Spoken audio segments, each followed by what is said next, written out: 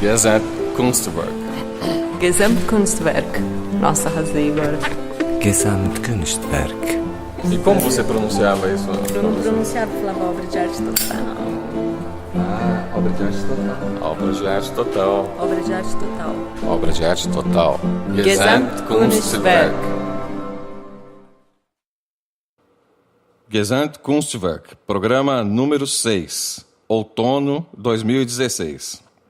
Bom dia, eu, Mauricio Damasceno, e meu amigo auxiliar técnico, Rodrigo Castro, iniciamos o programa Gesamtkunstwerk na rádio CT, web rádio CT. Eu, Mauricio Damasceno, produtor e locutor, e trabalhos técnicos de Rodrigo Castro, como disse, na web rádio CT, do Sindicato Nacional dos Servidores Públicos Federais, na área de ciência e tecnologia do setor aeroespacial. O programa Gesamtkunstwerk tem como proposta lançar luz sobre temas importantes para a nossa cidade, região e o mundo. Um programa para falar de música, arte, cultura, tecnologia, mobilidade urbana, cidades do futuro, amores líquidos, arquitetura, urbanismo, sociologia, filosofia, robótica, androides e outras bobagens. No programa de hoje, temos a presença de Nádia Coggio. Bom dia, Nádia. Bom dia.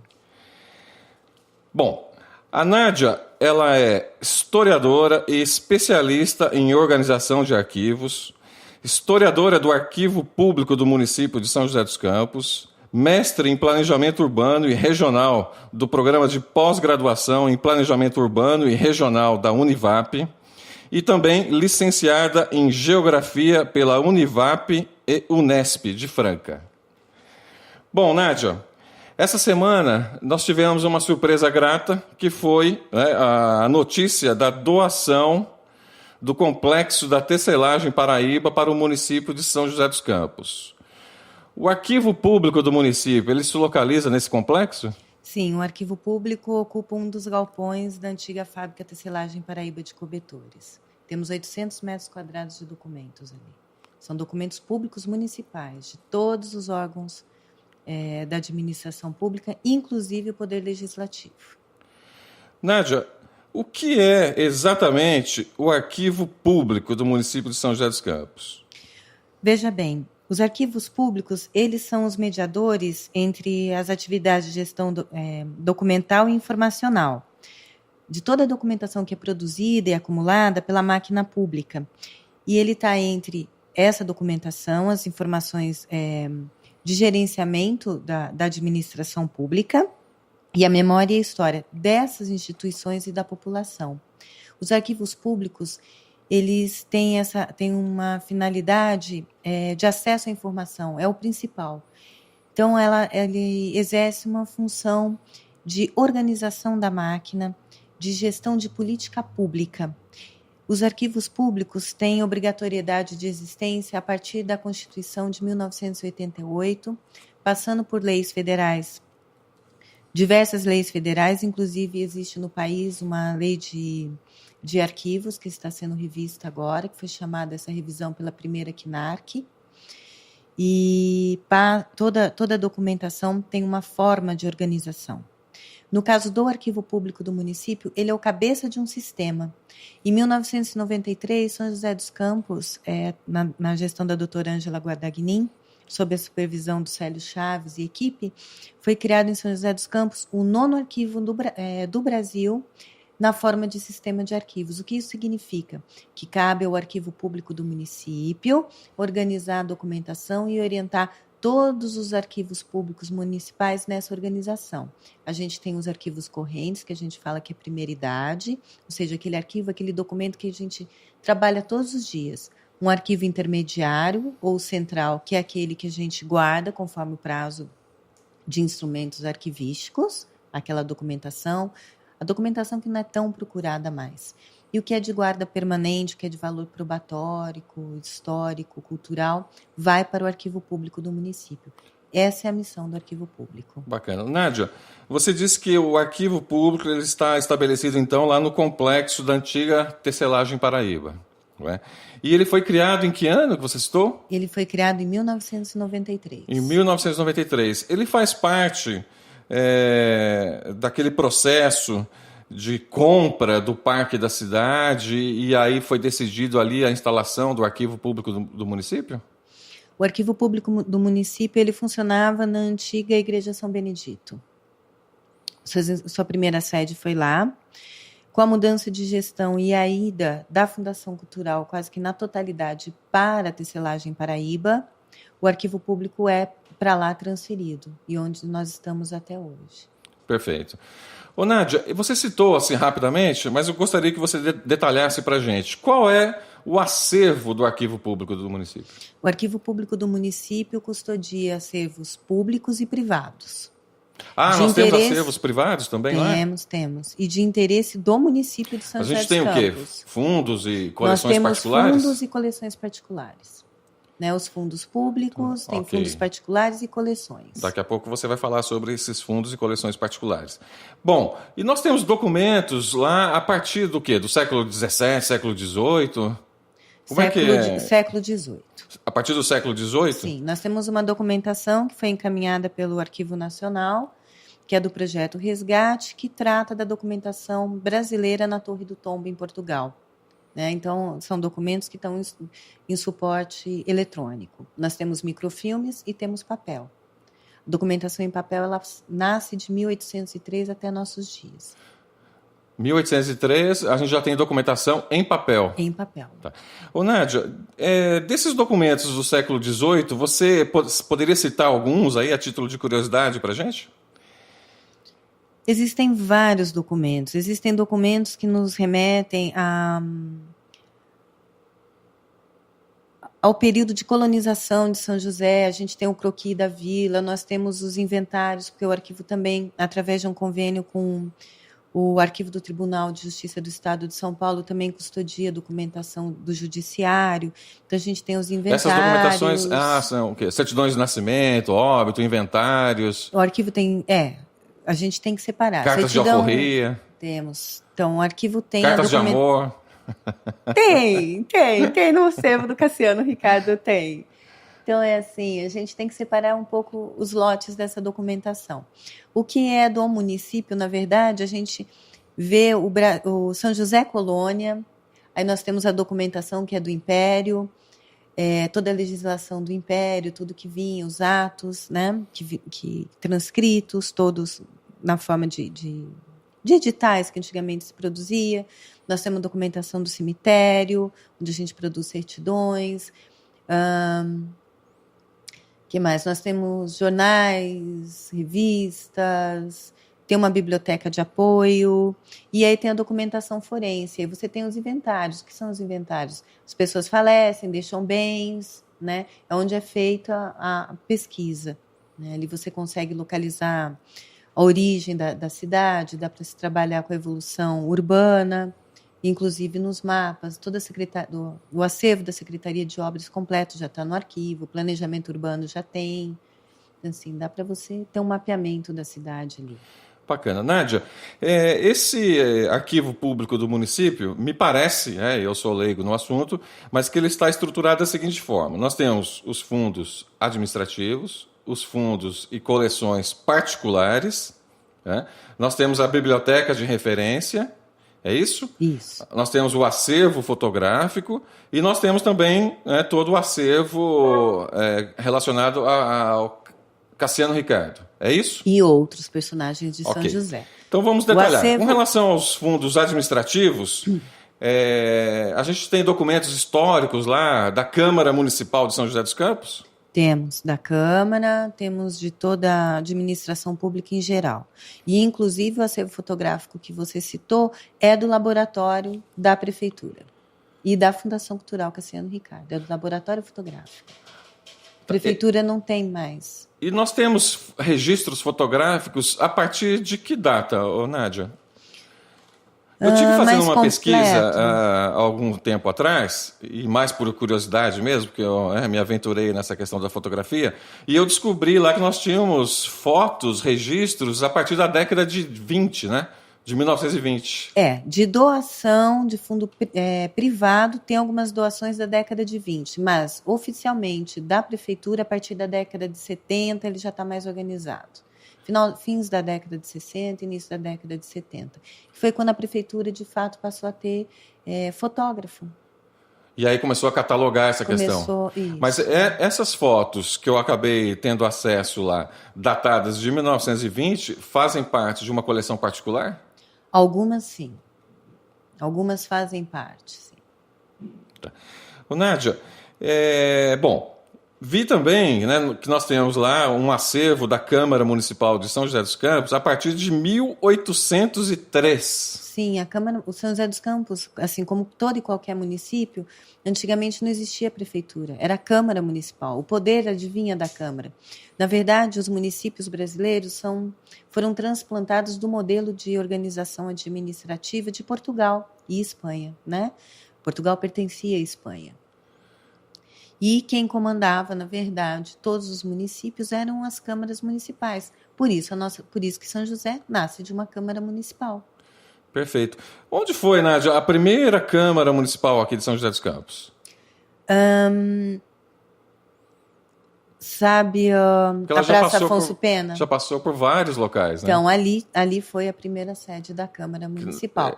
Mas há muito... Tem um antigo prédio da coletoria. Isso. Nós temos lá era ao lado da coletoria. Era ao lado da coletoria? Era a cadeia e o Paço Municipal. Depois se transformou no antigo fórum ali. Depois foi. Aí a Câmara, acho que me parece que mudou para onde é hoje o Museu Municipal, o Espaço Mário Covas. Mudou para lá e a partir da década de 80 ela vai para o prédio novo, onde está instalado. Década de 80 vai para a Câmara Municipal, onde hoje é o Museu Municipal, e depois, década de 80 já vai começando a pensar num novo espaço, e muito recentemente já tem as obras e ela vai para o espaço onde ela é hoje, aqui ao lado da Prefeitura Municipal. Eu vi também, Nádia, que nós temos lá no acervo lá dos fundos administrativos documentos relativos à delegacia de Buquira. Sim. Que delegacia foi essa? O município de Buquira pertencia a São José dos Campos, é Monteiro Lobato. Na verdade, Buquira é hoje onde é Monteiro Lobato? Isso. E aí nós temos essa documentação. Eu vi que tem documentação de 1859 a 1923. Sim. Quando que Monteiro Lobato passou a ser uma cidade, digamos, autônoma, independente? Já muito recentemente, acho que é século XX já, não sei te precisar. No século XX, né? Sim. Agora, essa documentação da delegacia de Buquira, ela traz, né, acervo com relação às ordens de prisão. Sim, isso que é interessante. O dia a dia, né, ali na delegacia, na prisão. Ou não sei se a gente tinha notícias de escravos fugitivos, porque é de 1859. Mas o que mais se tem nesse caso da delegacia de Buquira, né, o que mais se vê na documentação, inclusive dessa época, são a tentativa de normatização dos comportamentos, né? Então, muita gente que bebia, que ia passava a noite na cadeia, a maioria é isso, pequenos furtos, nada demais. Pequenos delitos. Pequenos delitos, que a gente chama hoje de pequenos delitos. Nádia, bom, aí você me falou que o laboratório fotográfico da prefeitura, ele começou efetivamente a ser sistematizado e organizado a partir da década de 1970? Finalzinho de 60, início de 70. Mas ele já existia antes, né? Me parece que a gente tem um acervo lá de 1955 até 2005. Sim, são fotos assim, ou de família, ou então a prefeitura pagava pelos trabalhos, né? Levantamentos aerofotogramétricos, a gente vê que a prefeitura pagava, era feito fora de São José.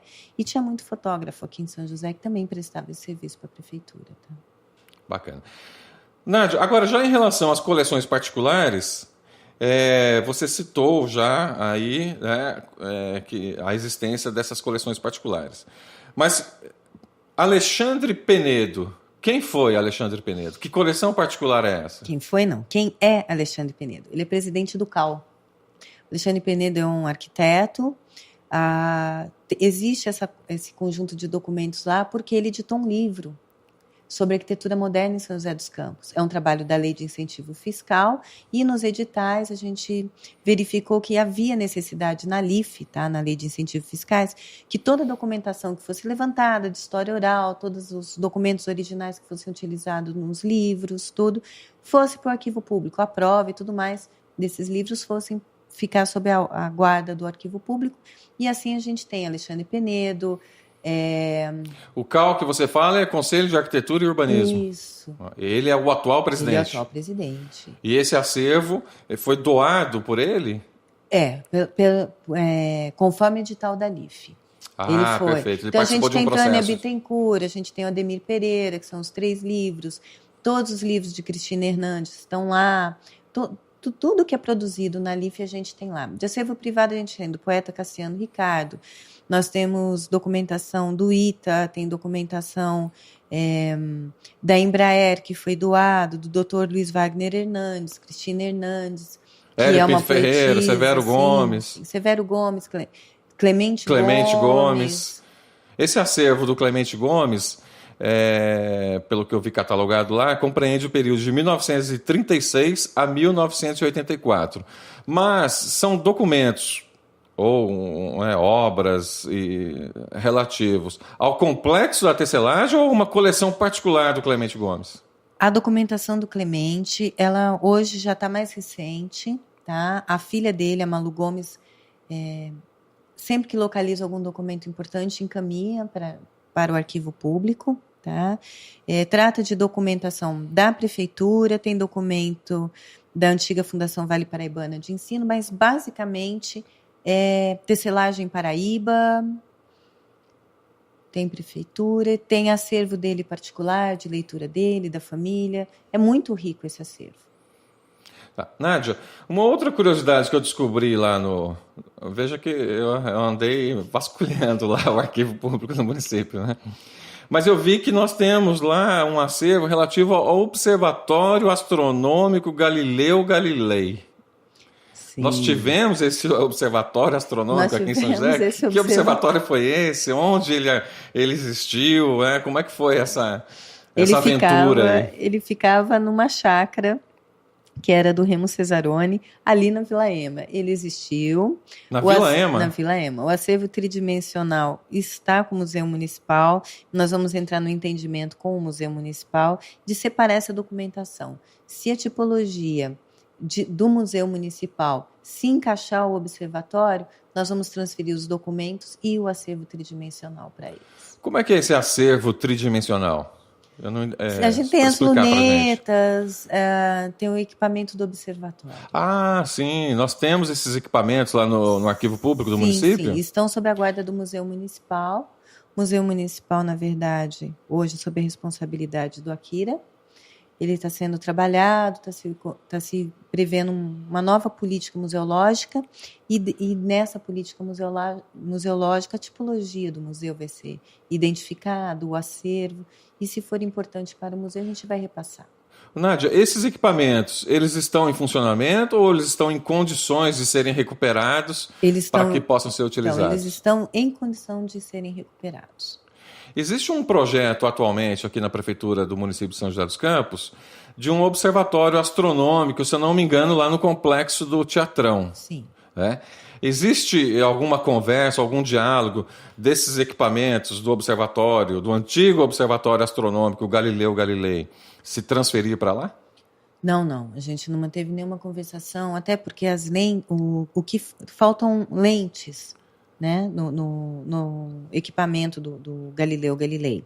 E essas lentes são alemãs e são caríssimas. Nós já tivemos uma vez em contato com a ETEP, o acervo inclusive foi para lá para verificar a possível manutenção, mas ele é de difícil manutenção, né? Mas nunca teve esse contato, sim, com a prefeitura, não. Até porque tem o INPE, tem outros locais aqui que também tem observatórios. Né? Nádia, todos esses bens estão acondicionados e estão abrigados lá no prédio do arquivo público do município ou tem algum outro local em que estão depositados esses bens? O que é de guarda do arquivo público do município está no município de São José dos Campos, no complexo da antiga tecelagem de Paraíba. Ah, perfeito. O arquivo público do município não mantém acervo fora de São José dos Campos. Ok. Nádia, e essa biblioteca de referência? É uma biblioteca de apoio. Ou nessa biblioteca, por questão de tipologia, a gente deixa a documentação privada, que são os livros, documentação produzida na prefeitura, é o suporte. E livros de apoio a alguns pesquisadores. Tá? São, por exemplo, o que há de mais rico lá foi o que o Dr. Luiz Wagner Hernandes deixou, inclusive o Janjão também já chegou a deixar, são livros de época de direito, por exemplo, que dá para você estudar a formação administrativa da cidade. É um material precioso esse, né? Precioso. Existem alguns exemplares importantes ali. Nádia, recentemente a gente viu notícias aí na mídia local sobre a descoberta de um novo sítio arqueológico, né? E me parece que nós temos uma urna intacta lá no arquivo público do município. Isso procede? Procede. Então, a Fundação Cultural Cassiano Ricardo está finalizando a contratação de um arqueólogo para trabalhar com essa questão dos sítios arqueológicos, reativar o laboratório, na verdade, fazer um zoneamento preditivo que o município precisa, e é ele quem vai trabalhar com esse acervo. Não é a única urna que está sob a guarda do município de São José dos Campos. Nós temos mais acervo arqueológico no arquivo. Quantos são os sítios arqueológicos aqui no município? Você tem esse número? Não tem esse número. Precisa desse zoneamento preditivo e do levantamento do inventário dos sítios arqueológicos para que São José dos Campos, de fato, tenha noção de quantos sítios arqueológicos existem. E o que foi exatamente essa descoberta dessa urna? O que é essa urna? Qual é o conteúdo dela? Como é que ela foi descoberta? Como é que ela está no cenário histórico aqui no município, né? Exatamente. Você já teve acesso a essa urna? Já tive acesso.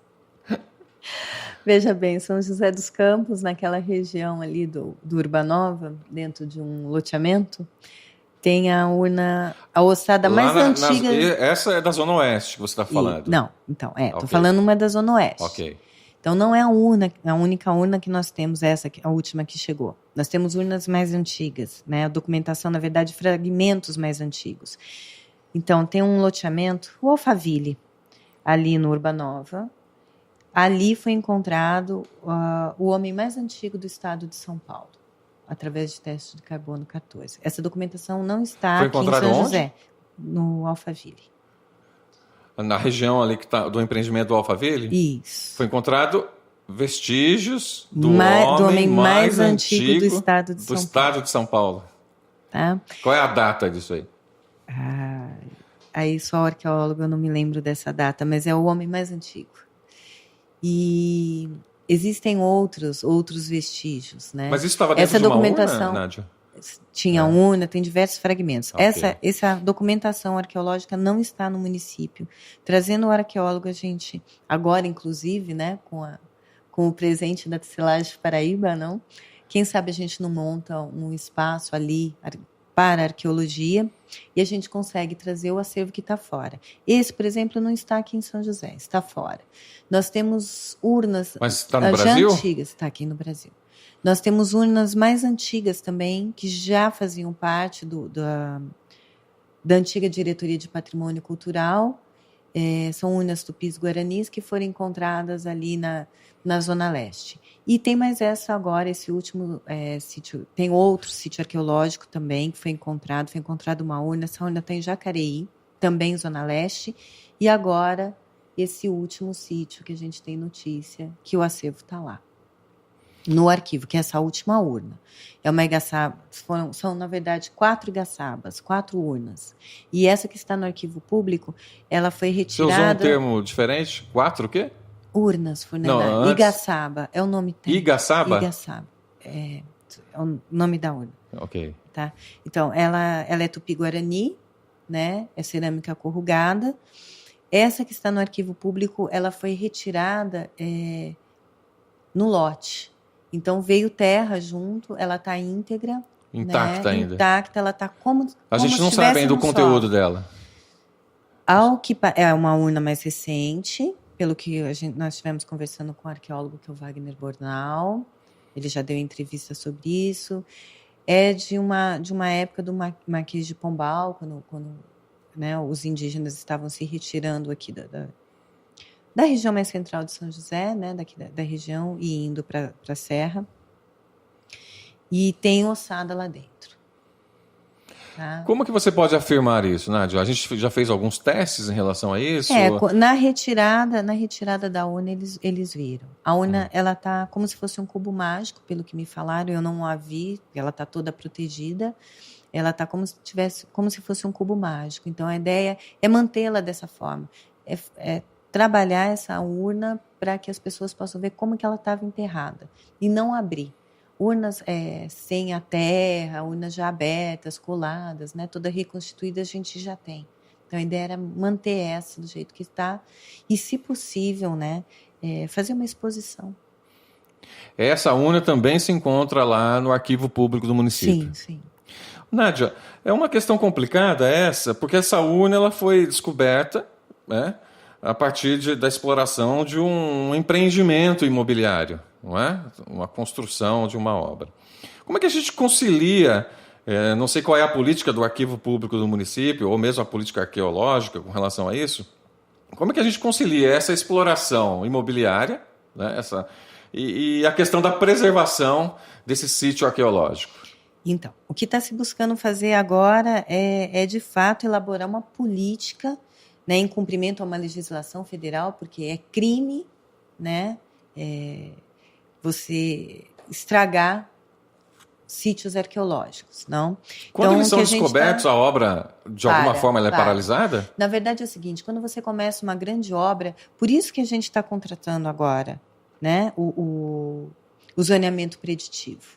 Por isso que a gente está contratando a Carta Arqueológica Municipal e todo um trabalho arqueológico específico, muito técnico, com georreferenciamento, para que o município tenha, de fato, uma política arqueológica, para que se cumpra uma lei federal, para que dê garantia ao município e ao empreendedor e à própria população de recuperação da sua memória, tá? da sua simbologia. Não pode fazer... Existem alguns passos que devem ser seguidos, né? Tem um protocolo. Na implantação tem um protocolo baseado no IFAM. Então, é assim, o que acha no subsolo pertence à nação, portanto, passa pela autorização do Instituto do Patrimônio Histórico e Artístico Nacional. O arqueólogo, ele responde ao IFAM, né? Então, quando você vai fazer um novo loteamento em São José, abrir uma avenida, você faz prospecções arqueológicas. Então, São José vai ter mapeado onde estão esses sítios arqueológicos. Então, vai auxiliar os empreendedores no que ele deve fazer para poder proteger a nossa memória. Então, é o respeito à população, respeito à administração, à lei e aos empreendedores. Descobertos os vestígios, ou seja, descoberto o sítio arqueológico, paralisa-se temporariamente, né, a obra. Existe um termo de ajustamento de conduta, um termo de compromisso? Existe todo um trabalho. Porque o empreendedor, obviamente, ele quer dar continuidade ao seu negócio, né? Nós temos diversos interesses em jogo. Nós temos o interesse do empreendedor, nós temos o interesse historiográfico, nós temos o interesse da comunidade, sobretudo, como vocês dizem, de preservar a memória, né, da cidade, da região. Como é que se dá esse conflito de interesses e como é que é feito esse ajuste? Olha, em conversa com o Wagner Bornal, eu acho que não tem tanto conflito, não. Existem, sim, alguns empreendedores que vêm mesmo para especulação imobiliária e não quer saber. Mas existem outros, e ainda pelo que eu estou vendo, uma boa maioria, tá? Uma grande maioria, não é a grande maioria, não é a totalidade, mas eles têm interesse, sim, em ajudar. Até porque volta para eles, eles também conseguem capitalizar, né? Pela atitude que eles tiveram, depois tem educação patrimonial, mostra a importância daquela área que vai ser utilizada. O TAC é um termo de ajuste de conduta. Esse TAC ele vem do Ministério Público, ele vem do IFAM. Isso é um processo crime, né? Então é assim, você estragou, você passou por cima, você não seguiu as normas, todas as tratativas que são necessárias para a preservação, o Ministério Público vem, embarga a tua obra e te dá um TAC. Você é obrigado a pagar, né? É crime, então. Mas existem outras formas de se trabalhar para não chegar a esse TAC, né? Existem outras formas. Certa vez, eu estive numa exposição no Parque Vicentina Aranha e lá eu fui informado que aqueles objetos que estavam expostos, inclusive a exposição propriamente dita, ela vinha sendo patrocinada por uma empresa que era exatamente uma contrapartida em razão da sua exploração, em razão do seu empreendimento imobiliário na zona oeste da cidade. Isso faz parte desse ajuste, desse termo de ajuste de conduta? Não é um termo de ajuste de conduta. Você tem outras ferramentas, tá? Para que o empreendedor também é uma espécie de compensação que ele tem. Se for de interesse do empreendedor, ele faz essa compensação. Então, ele fez o loteamento dele e proporcionou ao município conhecer a sua memória, a sua história, né? Fica a marca do empreendedor ali, né? A população sabe quem foi. Eu acho que a cidade ela tem múltiplos atores e a gente tem que aprender a se respeitar. Acho que está na hora de São José dos Campos ter uma nova política cultural, inclusive, a valorizar os sítios arqueológicos, o patrimônio edificado, o patrimônio documental, de uma forma muito diferente. Aquilo que hoje você fala que é velho, antigo, que não pode fazer nada, pode sim. E ali existem instrumentos de planejamento urbano que podem atuar de forma muito positiva nessas áreas onde se tem preservação, não só de prédio, né? Porque o entendimento hoje mais moderno, mais recente do que é patrimônio cultural, ele vai além do prédio, ele vai além do edifício, ele vai para espaços do simbólico, que mostram todos os atores sociais, né? Então, quando a cidade, a população começa a identificar esses símbolos, aquilo que lhe faz se enxergar nessa cidade, que lhe torna presente, pedestre, e que diz, essa cidade é minha, né? E a administração pública respeita e auxilia na ressimbolização, na revalorização desse espaço, tá? Inclusive de formas econômicas, o patrimônio passa a ter uma nova visão. E aí se faz uma nova política pública, uma política pública de atendimento social, principalmente, resguardando o direito de cidadania. Então, eu acho que São José dos Campos tem tudo para fazer isso. Nádia Cojo, nós temos um mapeamento dos sítios arqueológicos do município e eles estão de alguma forma esses sítios estão de alguma forma sistematizados? Olha, a gente ainda não pode dizer... Ou integram um sistema de arquivos? Eu não sei como é que funciona isso. Não, ele não integra o sistema de arquivos. O sítio arqueológico, ele é história pura, ele é história da paisagem, né? Você estuda o ser humano, você estuda o homem por ali. Eles produzem documentos. A forma de viver, a forma do cotidiano está ali naquele acervo tridimensional que a gente recolhe. Está nos vestígios, está na história oral, nas tradições. Eles são também ferramentas arquivísticas, embora ele seja uma ciência paralela à arquivologia, né? Mas eles se comunicam, tá? Então, a carta arqueológica, o zoneamento preditivo está sendo contratado ainda pela Fundação Cultural Cassiano Ricardo. Bacana. Você citou agora há pouco também do acervo particular da obra aí de Cassiano Ricardo. Não sei se pertence à família. Bom, Cassiano Ricardo, todos nós sabemos, foi um artesão das letras, ele escreveu inúmeros livros, foi poeta, advogado, escritor, ensaísta, jornalista, entre outras coisas. O que exatamente nós temos lá? Nós temos o quê? Troféus, livros, medalhas? Exatamente o que nós temos lá que pertenceu a Cassiano Ricardo? O poeta Cassiano Ricardo, quando ele faleceu na década de 70, ele passou o acervo dele, na verdade, para a última esposa.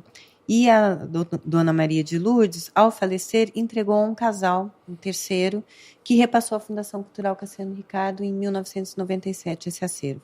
Nós temos troféus, medalhas, livros, documentos Eu já vi um pessoais, guarda-chuva lá. Guarda-chuva, que era dele, o chapéu, tem a fronha que ele utilizava, que ele estava utilizando quando ele faleceu. A máquina de escrever dele também está lá? A máquina de escrever dele, inclusive da Lourdes. A Lourdes quem lá. foi? A Lourdes é a última esposa do A última esposa do Cassiano. Ela também doou, então, pertences. Sim, sim. Eles se comunicam. A documentação dela também, pertences dela. Fotos particulares. Tem né? fotos da academia, a gente reconstrói a carreira do Cassiano Manuscritos. Ricardo. Sim. A gente já fez alguma exposição da obra de Cassiano Ricardo no Museu Municipal? Ou mesmo lá que você citou na antiga igreja de São Benedito? Várias. Na Igreja São Benedito tinha um espaço que era dedicado a Cassiano Ricardo. Porque nós temos a semana, instituída por lei, né? A Semana Cassiano Ricardo. Sim. Que anualmente, né, nós realizamos eventos em homenagem ao trabalho, à obra de Cassiano Ricardo. E são nesses momentos em que há exibição desse acervo?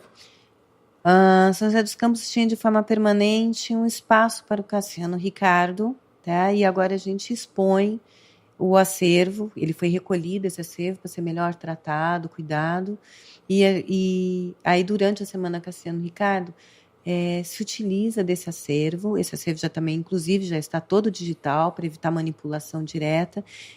Se utiliza desse acervo para fazer exposição. Então, tem exposição todo ano a respeito do Cassiano Ricardo. Hoje a gente tem a academia também, que fala bastante sobre o Cassiano Ricardo.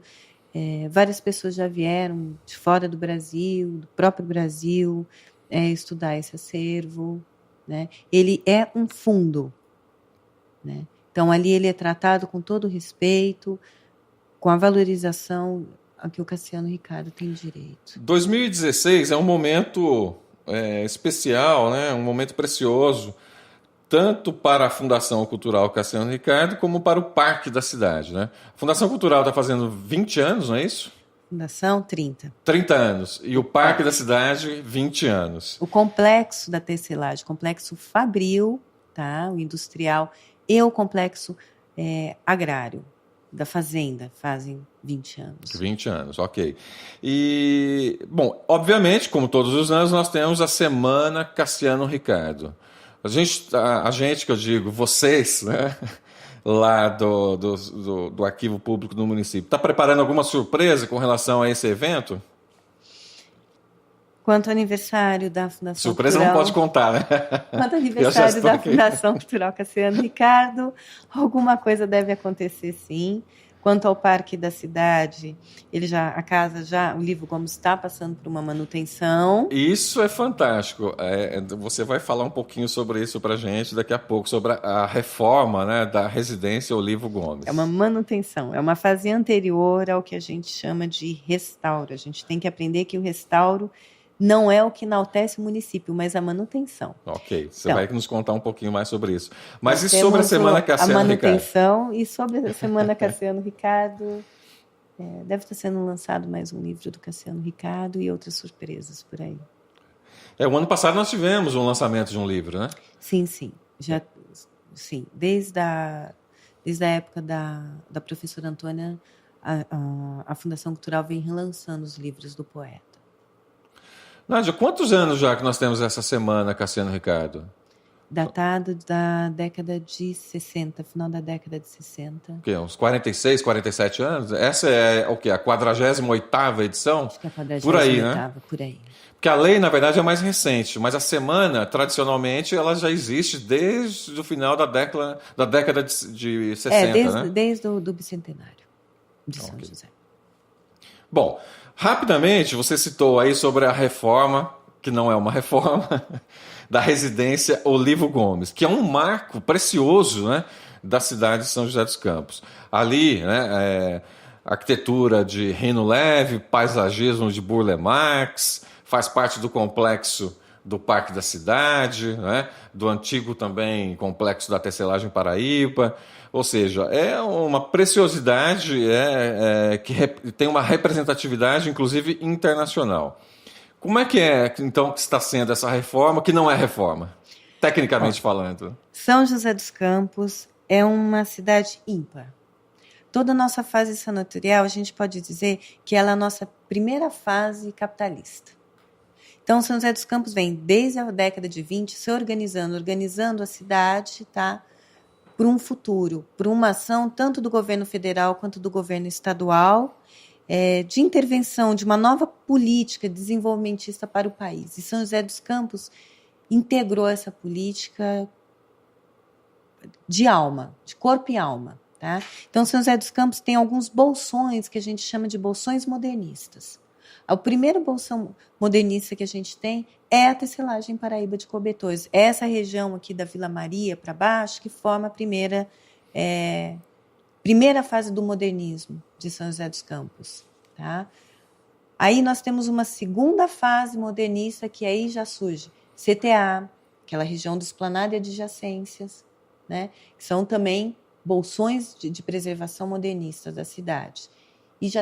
E aí surge o ITA, e aí já se prepara para nossa fase industrial, que seria como se fosse uma terceira fase industrial.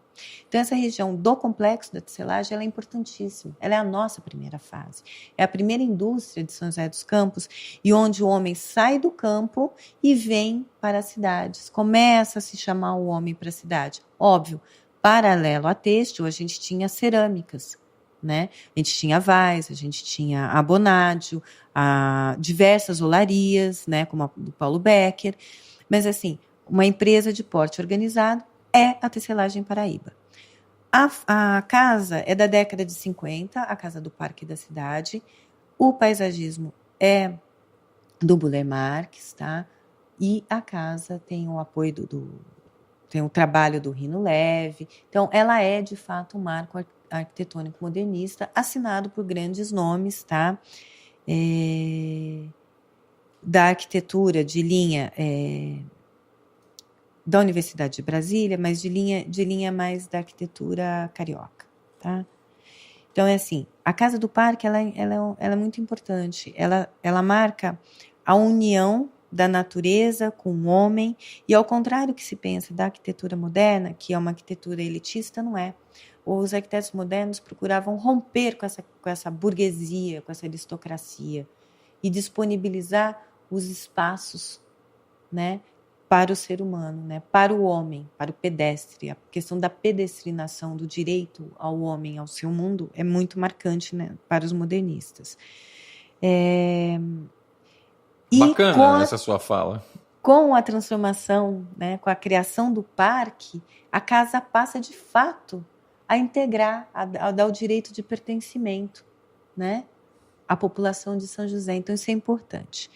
O que acontece? A casa, ela veio ao longo dos anos, ela é uma casa, ela é um patrimônio, ela é um prédio, e ela precisa, né, ser tratada. A gente não pinta a nossa casa, tem uma parede que está com problema, a gente vai lá e faz a manutenção. Você não vai pintar a casa inteira o tempo inteiro, mas tem algum lugar que você precisa entrar com uma manutenção, você vai e faz essa manutenção. Só que se você largar a sua casa, largar ela abandonada, né, ela vai cair, chega uma hora ela cai. Então, quando ela está muito ruim, está quase caindo, aí a gente fala, opa, nós vamos fazer um restauro. A reforma é quando você muda as características, né? Você interfere, você intervém de uma forma um pouco mais agressiva, você faz uma reforma. O restauro é quando você recompõe. E existem várias formas de fazer restauro. Mas qual é a intervenção que está sendo feita agora? É manutenção. Manutenção. Não é reforma e não é restauro. Não. Restauro existem várias formas. Uma que você tenta levar à época o que era, porque você nunca vai levar. O material que você está usando não é o mesmo da mesma época, não tem a mesma fragilidade, o tempo é diferente. Tem uma outra que você apenas você utiliza materiais completamente diferentes e te intui a época do que era, como a Biblioteca Pública Cassiano Ricardo. Né? Quando você entra, você tem a sensação de estar, embora assim, seja utilizado uma biblioteca, você tem a impressão que você está entrando num teatro. Né? Você tem os lugares da plateia ali todo, então, e a casa está sofrendo manutenção, está se trabalhando o material que está lá, está pintando, a pintura original é do rebolo, então vai procurar seguir a mesma linha, né? Com as técnicas, respeitando as características da casa, mas fazendo manutenção. Restauro é quando aquilo já não dá mais para arrumar. Então, quando alguém fala assim, estamos restaurando tal coisa, opa, já destruíram o patrimônio lá, agora estão correndo atrás, né? Então, não, ali não tá tão degradado, né? Os jardins vão ser levados à época, né? Vai se trazer todo o paisagismo de volta, o cuidado. O parque tem um plano diretor, né? Então, tem que seguir esse projeto. Então, agora estão sendo feitas as primeiras iniciativas, de fato, para desculpinização, tratamento de pintura, das roldanas, dos lustres. Ô, Nádia, e uma coisa que é importante é esse direito de fruição do imóvel, que vai ser restabelecido agora, né, na entrega após essa manutenção, que a gente não sabe ainda a definição clara de qual vai ser a destinação. Mas o que importa é que vai ser devolvido, né, esse direito de fruição para toda a comunidade de São José dos Campos. Não adianta não só você... a cidade, como a região toda. Sim, né? E o Brasil. Exatamente. Ali poderia ser um grande espaço de estudo de arquitetura moderna. Né? Ali é uma casa. Ela tem uma datação. Como já é, né? Ela já é. Então, é assim, só que agora vai ser aberto ao público. Não adianta a gente colocar 800, 900, milhão de pessoas lá dentro. Nós vamos deteriorar aquele patrimônio. Então, quando a gente trata do patrimônio, a gente tem que saber que ali tem um limite. E a gente tem que respeitar esse limite. Ali poderia, no meu ponto de vista, ser um grande local de estudo da arquitetura moderna, né? Levar para dentro daquela casa, talvez, os móveis de volta, assim. E também deixar espaço para que se estude os outros bolsões da arquitetura moderna de São José. As empresas que se instalaram na Dutra são arquitetura moderna, a primeira leva, da década de 50. Existem esses bolsões de arquitetura moderna que merecem e devem ser estudados. Existem arquitetos que vieram, principalmente com Mourão, com Rosendo Mourão e com Oscar Niemeyer para cá, que deram mais esse impulso. Nós tivemos uma universidade aqui.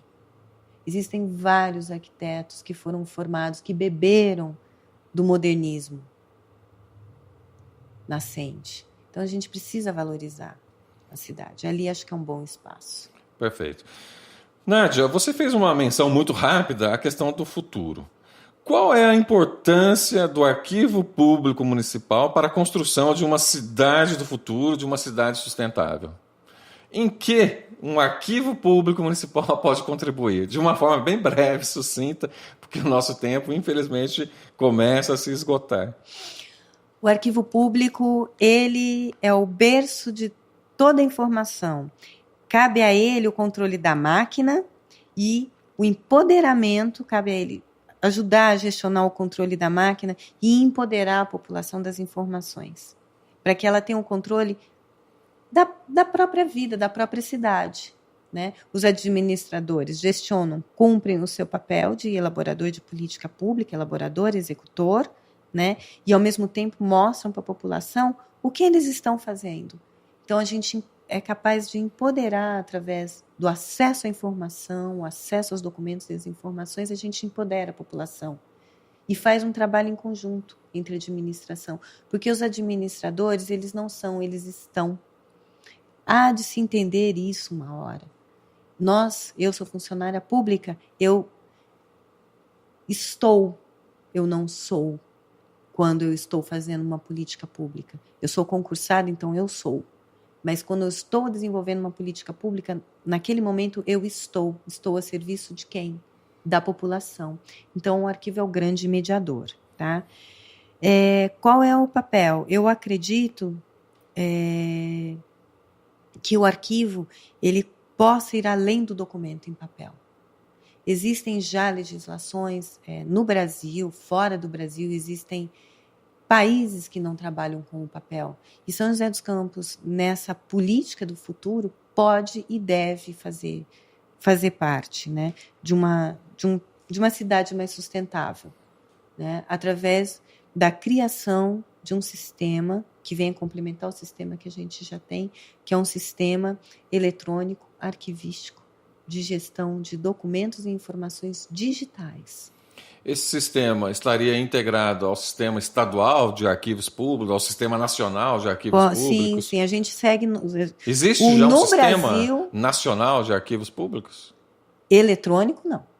Sim. São José dos Campos, o Arquivo do Estado tem uma proposta, e o arquivo público do município tem outra proposta, tá? Então a gente segue uma única legislação, tá? A gente tem uma legislação que vem do internacional, que é da ONU.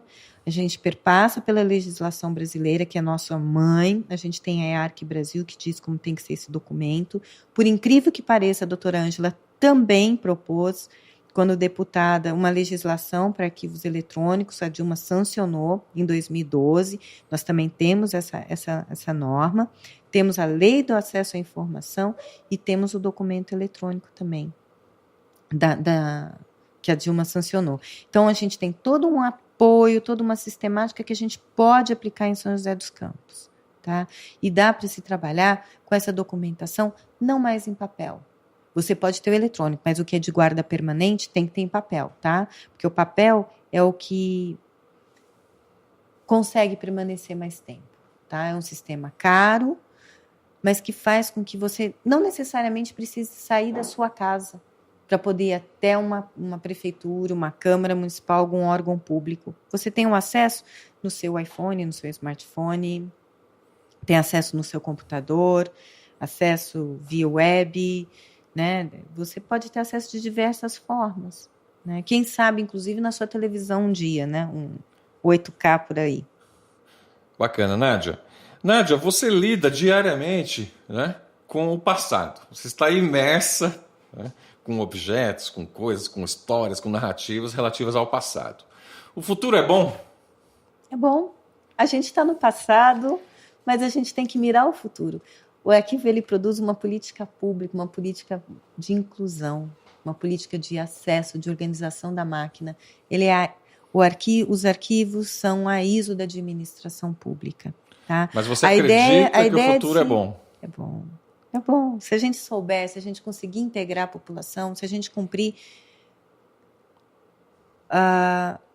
se a gente conseguir alcançar, executar aquilo que a população precisa, se a gente conseguir dar uma cara para São José, uma qualidade de vida em todos os aspectos, né? O direito de pertencimento à cidade, o direito de apoderamento, de cidadania, eu acho que o futuro é bom, sim. Olha, se a gente conseguir fazer uma gestão eletrônica de documento, para a população vai ser importante para a transparência pública, garantia de direitos, tá? Dos prestadores e toda a população, tá? A preservação e acessibilidade, memória e história, tanto das instituições como da população. E como resultado final da máquina, a gente consegue a complementação da gestão arquivística, que já foi iniciada em 1993 e hoje ela é referência para todo o estado de São Paulo e tem um trabalho que foi referência para toda a América Latina e Caribe. Tá? A gente consegue fazer uma gestão compartilhada de documentos e informações sem interferência na independência das esferas de poder. Tá? A gente consegue reunir a política pública à teoria como parte de um processo de gestão pública. A gente cria e recupera a dimensão instrumental das ações da administração pública, porque isso precisa. Tá? A gente cria a capacidade de gestão e de estrutura da administração. Cria instrumentos e uma cultura de avaliação e planificação de ações estratégicas municipais, porque os órgãos ainda são muito separados, as secretarias não se comunicam muitas vezes, né? O exemplo disso é que nós não falamos, por exemplo, do nosso observatório para a educação. A gente cria um novo modelo de relação com os servidores, com a população, facilita o cumprimento dos deveres do Estado, né? E o acesso aos direitos do cidadão. E a gente cria uma nova lógica de negociação, com designação e controle de gasto público alinhado com a administração. Bacana. Nádia, bom, nós poderíamos conversar bastante, você tem um material farto, você tem informações vastíssimas com relação a isso e tem conhecimento, mas infelizmente o nosso tempo é escasso, a gente não consegue avançar, mas não tenha dúvida que você retornará aqui para a gente debater mais esse assunto. Nós gostaríamos, Nádia, que você nos indicasse um livro, né? Você está lendo algum livro ou fizesse alguma indicação para os nossos ouvintes aí de um livro? Eu gosto de vários livros, eu sou muito técnica, eu descanso carregando pedra. Eu gosto muito dos livros do Michel de Certeau, que eu trabalho muito com ele. É relativo à arquivologia? Não. Ele trata mais de planejamento urbano, ele é linguístico, dá para você aplicar em várias linhas. Gosto de um livro da historiografia, o escravismo colonial. Existem vários livros. Mas qual você nos indica aí hoje?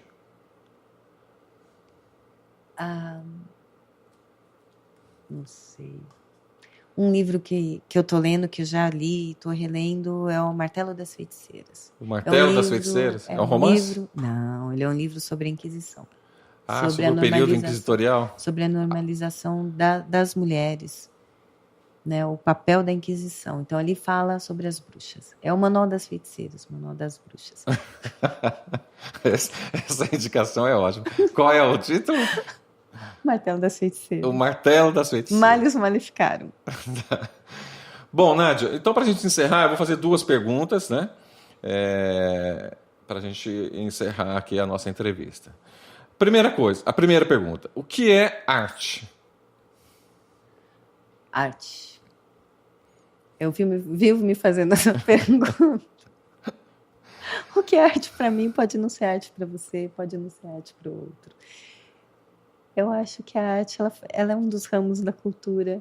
Ela nos faz, talvez, enxergar a vida de uma forma diferente. Outros olhos. Bacana. Nádia Cojo, o que é a vida? Que pergunta difícil. Aí depende, você quer saber biologicamente? A partir do momento que nós somos gerados. Mas a vida, eu acho que para o ser humano é uma grande aventura, ela é a busca, talvez, de uma evolução, de um ser melhor. Eu penso assim, pelo menos eu busco fazer minha vida assim. Nádia Cojo, ser melhor. O que é a vida? Acho que é a gente se tornar um ser melhor. Gesamtkunstwerk. Tá gravando? Um programa de arte, cultura. Onde a gente vai chamar artistas para conversar sobre algum tema. Acho que não, acho que pode aparecer coisas que a gente nem imagina. Aí fiquei pretérita. Você sintoniza bem. Gesamtkunstwerk. Então a vinheta meio sem só assim nome.